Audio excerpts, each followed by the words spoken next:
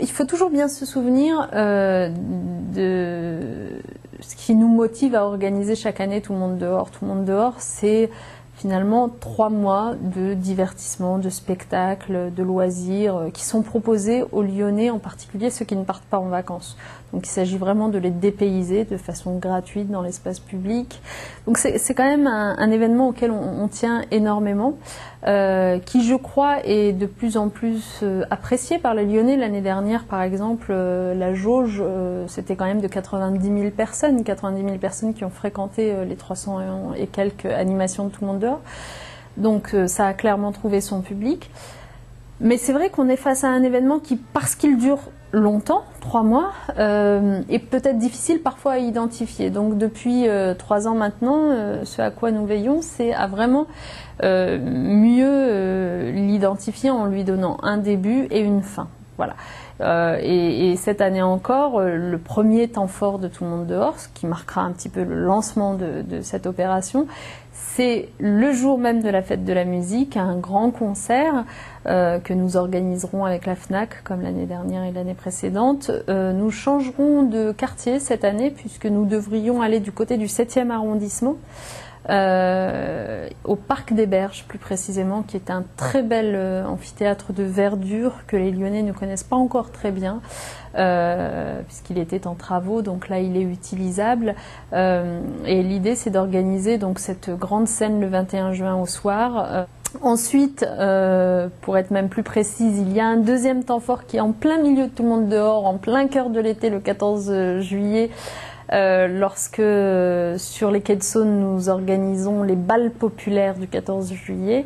Donc là je vous rappelle que l'idée c'est de prendre ce classique, ce traditionnel bal populaire du 14 juillet et puis de le mettre un peu à notre sauce et d'en faire finalement un bal aux couleurs d'aujourd'hui, toute culture réunie, puisqu'on nous parle beaucoup d'identité nationale. L'identité nationale a évolué et aujourd'hui c'est vrai qu'il y a un certain nombre de cultures qui valent la peine qu'on les mette en valeur et vous aurez finalement sur ces quais de Saône à la fois un bal aux couleurs folk, un bal folk, à ses côtés un bal aux couleurs africaines et puis enfin un bal aux couleurs orientales. Et donc les gens seront un peu invités à passer d'une ambiance à une autre. Puis enfin l'événement de clôture de Tout le monde dehors qui a lieu aux alentours du 4 septembre si mes souvenirs sont bons, en tout cas tout début septembre juste avant la rentrée, qui est une grande fête du jeu.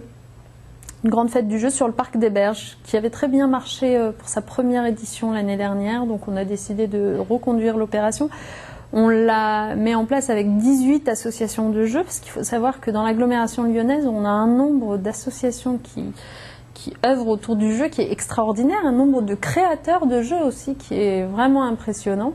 Et donc du coup, on a décidé de valoriser un petit peu tout cela et puis de permettre à tous les aficionados des jeux qui vont vraiment des jeux de rôle, au poker, enfin, aux jeux géants. Les enfants sont évidemment les bienvenus. C'était une très très belle journée l'année dernière. On espère qu'il en sera de même cette année.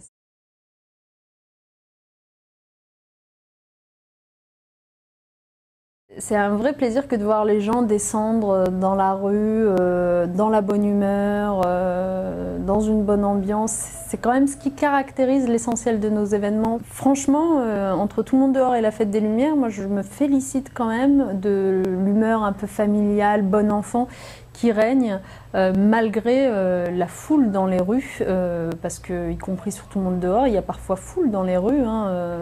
Sur le concert de Tété, par exemple, l'année dernière sur la place Bellecour, on était à quelques 10 000 personnes. Sur celui de Kezia Jones, ça frôlait aussi les 10 000 personnes l'année précédente. Donc, bon, en tout cas, tout ça se fait quand même dans de bonnes conditions. Et encore une fois, ce qui est remarquable, c'est finalement la capacité de ces événements à brasser des gens qui ne se connaissent pas, qui ne se rencontrent pas dans le quotidien.